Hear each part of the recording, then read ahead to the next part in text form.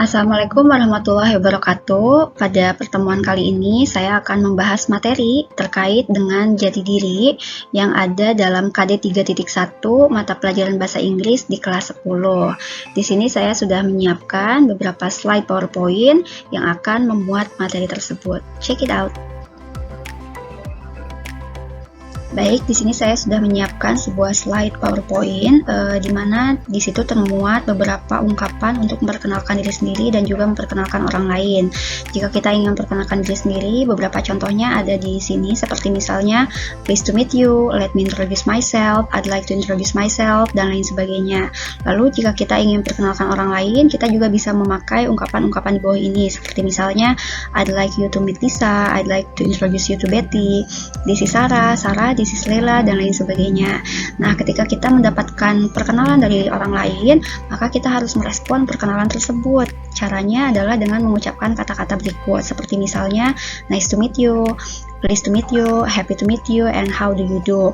Ini semua kata-kata yang barusan dibacakan adalah kata-kata yang bermakna senang bertemu dengan orang tersebut. Seperti itu. Baik, di slide selanjutnya saya sudah menyiapkan terkait dengan language features atau ciri kebahasaan. Nah, di dalam language feature kali ini yang akan dibahas adalah terkait dengan subjek, objek, possessive adjective, dan possessive pronoun. Bisa kita lihat di sini ada 4 tabel atau 4 tabel.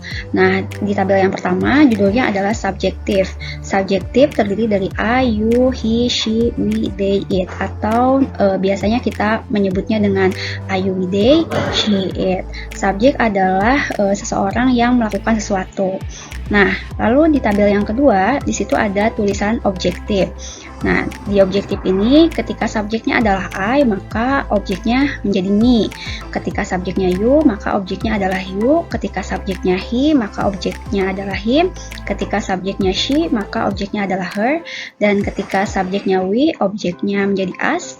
Dan ketika subjeknya they, objeknya menjadi them. Dan ketika subjeknya it, objeknya tetap menjadi it. Nah, khusus untuk it ini hanya digunakan untuk barang atau selain manusia, seperti misalnya hewan, tumbuhan, dan lain sebagainya. Nah, misalnya ketika kita akan menuliskan sebuah kata I love you, I di situ berarti subjek dan you di situ adalah objek, ya. Lalu yang selanjutnya di tabel yang ketiga ada possessive adjective. Nah, di dalam possessive adjective tertera my, your, his, her, our, their, dan its. Nah, ketika kita menemukan sebuah kata yang termasuk ke dalam possessive adjective, maka kata tersebut harus didahului atau harus diikuti, maksudnya dengan kata benda, seperti misalnya my cat, your shoes, his pen, her book, our house, their table, its tail, dan lain sebagainya. Sehingga possessive adjective adalah kata yang harus diikuti dengan kata benda. Lalu yang keempat adalah possessive pronoun yang consist terdiri dari mine, yours, his, hers, ours, theirs, dan its.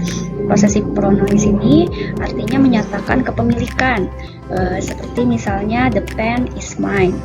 Baik, di sini saya sudah menuliskan beberapa contoh yang akan menjelaskan tabel tersebut. Kalimat yang pertama adalah I saw him.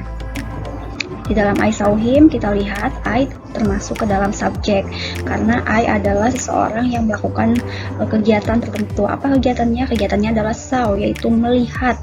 Nah, him di sini ini adalah objek dari subjek he karena yang dia lihat adalah laki-laki, sehingga dia harus menuliskan him bukan her.